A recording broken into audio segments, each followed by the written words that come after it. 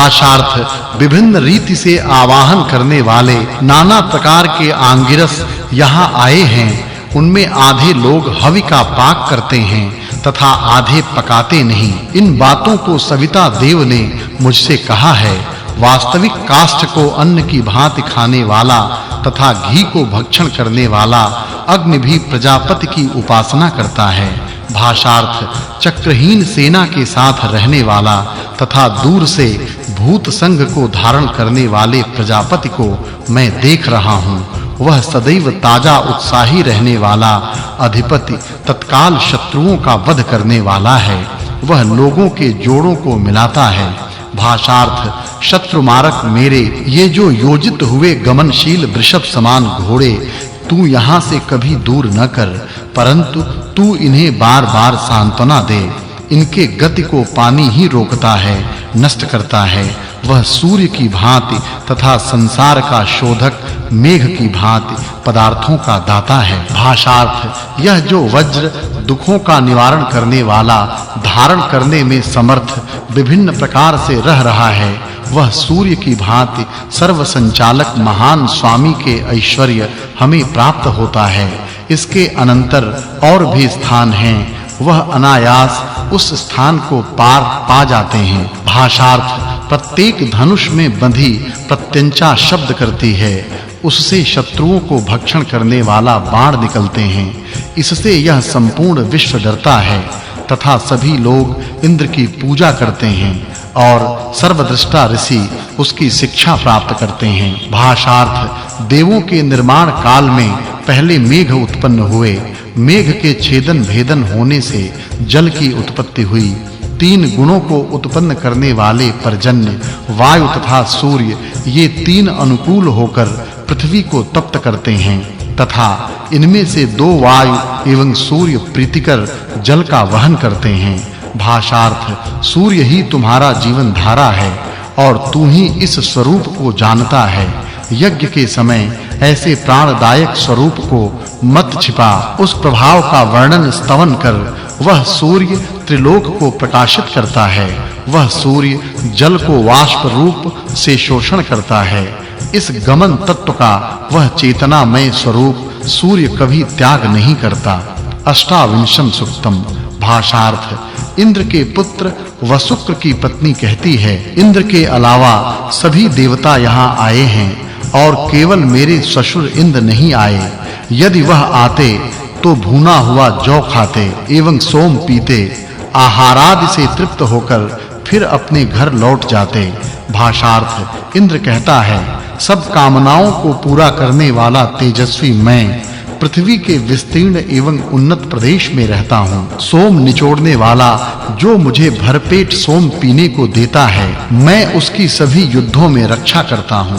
भाषार्थ हे इंद्र, तेरे लिए मदयुक्त प्रस्तर फलकों पर शीघ्रता से निचोड़ा सोम जब लोग तैयार करते हैं, तब तू उनके सोम को ग्रहण करता है। हे धनी इंद्र, जिस समय सम्मान पूर्वक हविर द्रव्यों से हवन किया जाता है, उस समय तेरे लिए वे पशु पकाते हैं तथा तू उनका प्रेम से भक्षण करता है। भाषार्थ हे शत्रुओं के नाशक इंद्र, तेरी कृपा से यह मुझ में जो सामर्थ्य है उसे जान कि नदियां विपरीत दिशा को पानी बहाने लगती हैं। तृण खाने वाले हरिण आगे आते सिंह को परांग मुख करके उसके पीछे दौड़ता है तथा श्रृगाल वराह को गहन अरण्य से भगा देता है। भाषार्थ हे इंद्र, मैं यज्ञ हूँ, बुद्धिमान, सत्य एवं सर्वशक्तिमान, प्राचीन हो।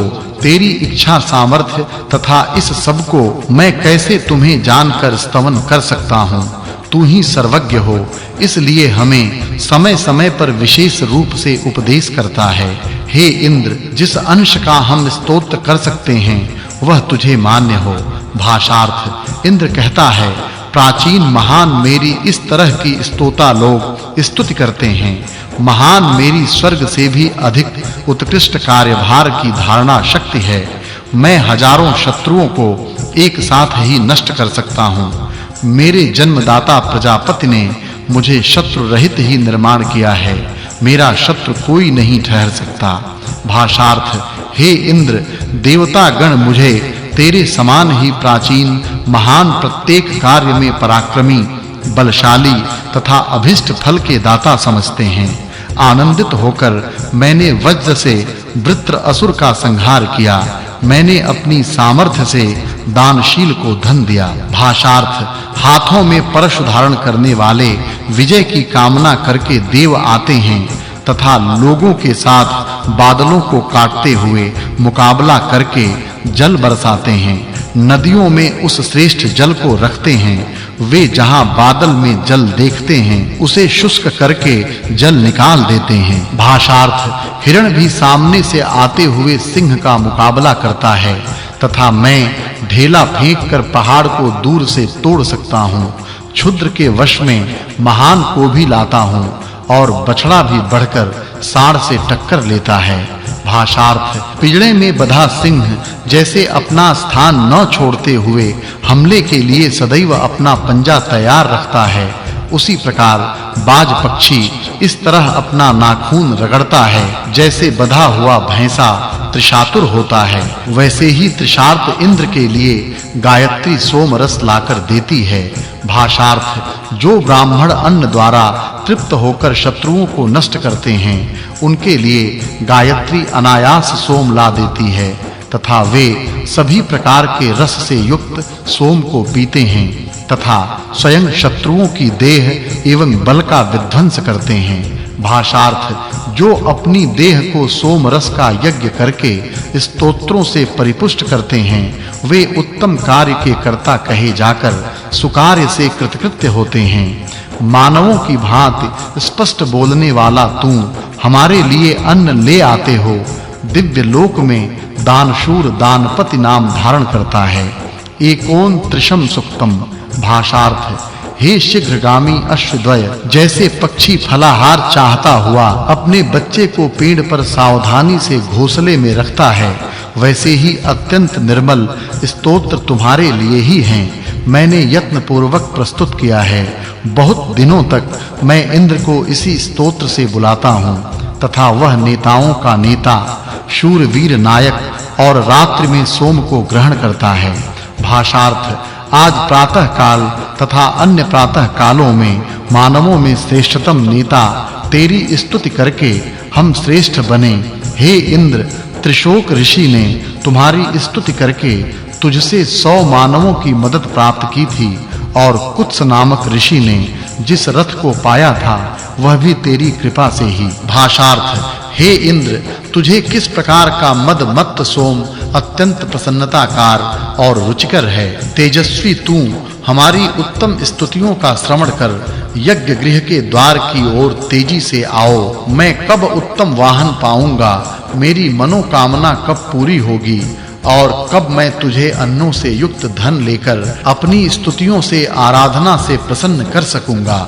भाषार्थ हे इंद्र कब वह श्रेष्ठ होगा, किस प्रकार के स्तोत्र का पाठ करने से तथा कार्य से तू मानवों को अपने समान पराक्रमी करोगे। तू हमारे पास कब आएगा। कीर्तिशाली इंद्र तू सबका सच्चे मित्र की भांति है। जो तू सबका अन्न से भरण पोषण करने की कामना करता है उससे यह सत्य है।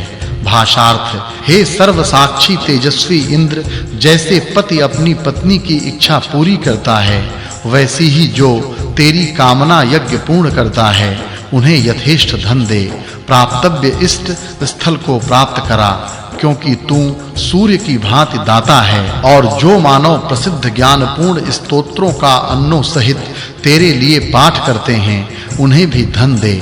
भाषार्थ हे इंद्र प्राचीन समय में तेरी अत्यंत कृपा से तथा सुंदर सृष्टि प्रक्रिया से निर्मित यह जो द्यावा पृथ्वी है वह विभिन्न लोकों को बनाने वाली है। यह जो घृत से युक्त सोमरस तुझ श्रेष्ठ के लिए प्रस्तुत